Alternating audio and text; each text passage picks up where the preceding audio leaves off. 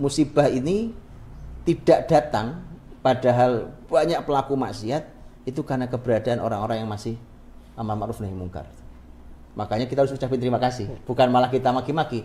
Kita terima kasih pada mereka yang masih beramar ma'ruf nahi mungkar itu, karena itu kalimat Rasul SAW.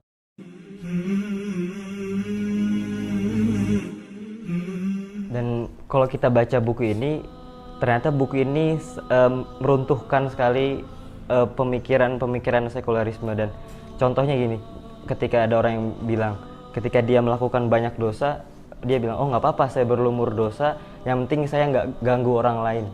Ternyata dosa itu efeknya bukan cuma di dirinya sendiri, tapi ke alam juga. Persis, dan itu yang Allah sampaikan di Quran ya. Kita tahu Allah sudah mengingatkan dari dalam Al-Quran, wattaqu fitnatan la tusibanna alladziina zalamu minkum khassah, dan takutlah kalian akan fitnah. Di buku ini pun saya bahas tentang beberapa pendapat ulama tentang fitnah, dan takutlah kalian akan fitnah yang tidak hanya menimpa orang-orang yang zalim saja ya, karena orang-orang baik itu ternyata bisa kena fitnah, dan fitnah itu salah satu maknanya adalah bala, musibah. Artinya orang bisa terkena musibah yang padahal dia bukan pelakunya. Nah, ini nggak enak ini, ya kan? Makanya kemudian ada pertanyaan nanti kan di Rasulullah SAW, ditanya, Rasulullah kalau ada orang baik terus bagaimana? Masa orang baik kemudian terkena musibah, dia bukan pelaku dosanya? Maka Nabi mengatakan itu nanti dia dibangkitkan oleh Allah SWT, kemudian diberi Allah ampunan. Tetapi waktu di dunia kena musibah kan nggak enak gitu loh maksudnya ya. Di akhirat Allah ampuni karena dia orang baik. Tetapi di dunia orang terkena musibah kan tidak nyaman, ya kan? Habis hartanya karena banjir kan tidak nyaman. Ya Allah terjadi kebakaran besar, terjadi sakit lah apa segala macam kan tidak nyaman. Karena itu tidak bisa di dalam Islam itu tidak boleh orang merasa kalau berbuat dosa itu yang nanggung saya sendiri. Jadi kalau orang bilang, kenapa Anda marah? Uang saya, badan saya, ya kan? Rumah saya, itu orang ngawur itu. Kenapa ngawur? Karena itu orang tidak tahu bahwa dosa yang dilakukannya itu akan bisa berdampak musibah. Kalau musibah itu kena bukan cuma dia, tetanggamu yang soleh pun kena itu. Kan begitu.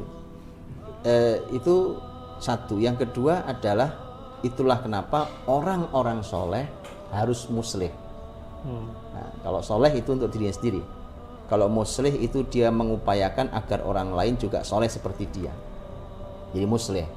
Dan itulah kunci. Jadi kunci utama agar musibah tidak rata kena pada semua adalah harus ada orang yang nahi mungkar. Harus ada orang yang masih amar ma'ruf dan nahi mungkar. Makanya kalau ada orang kelompok yang mereka beramar ma'ruf, ngajak orang lain pada kebaikan dan bernahi mungkar, ya mencegah orang berbuat kemungkaran, itu kita harus berterima kasih itu. Kita harus berterima kasih. Jadi musibah ini tidak datang padahal banyak pelaku maksiat, itu karena keberadaan orang-orang yang masih amar ma'ruf nahi mungkar. Makanya kita harus ucapin terima kasih, bukan malah kita maki-maki. Kita terima kasih pada mereka yang masih beramar ma'ruf nahi mungkar itu, karena itu kalimat Rasul SAW. Intinya Nabi mengatakan, la ta'muruna bil ma'ruf wa la tanhuna 'anil munkar aw la ya'umullahu bi'adzabin min 'indih. Kalian harus amar ma'ruf, harus nahi mungkar, atau Allah ratakan azab untuk semua. Kemudian dalam riwayat lain Nabi mengatakan, kemudian tsumma yad'u khiyaruhum, kemudian orang terbaik di antara mereka suruh berdoa agar musibah ini hilang, tapi kemudian Allah tidak kabulkan lagi. Nah, itu mengerikan. Itu gara-garanya adalah ketika ada orang yang soleh tapi diam terhadap kemungkaran, gitu ya. Jadi tidak boleh, nggak bisa tuh orang semua mau dia berbuat maksiat kemudian atas nama bahwa itu saya sendiri, urusan saya sendiri, bukan urusan Anda, gitu.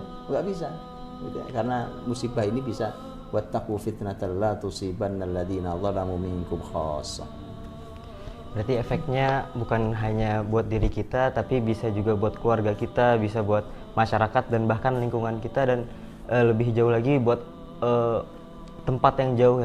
Ya, para ulama bahkan mengatakan begini, Kalau Anda pulang ke rumah, terus di rumah itu Anda menjumpai suasana tidak nyaman, ya kan? Bahkan dari mulai pembantu Anda, kendaraan Anda, segala macam, itu ulama mengajari kita untuk melihat memang dosa apa yang sudah kamu lakukan. Jadi umpamanya kepala rumah tangganya di luar sana berbuat dosa, mengambil rezeki yang haram umpamanya.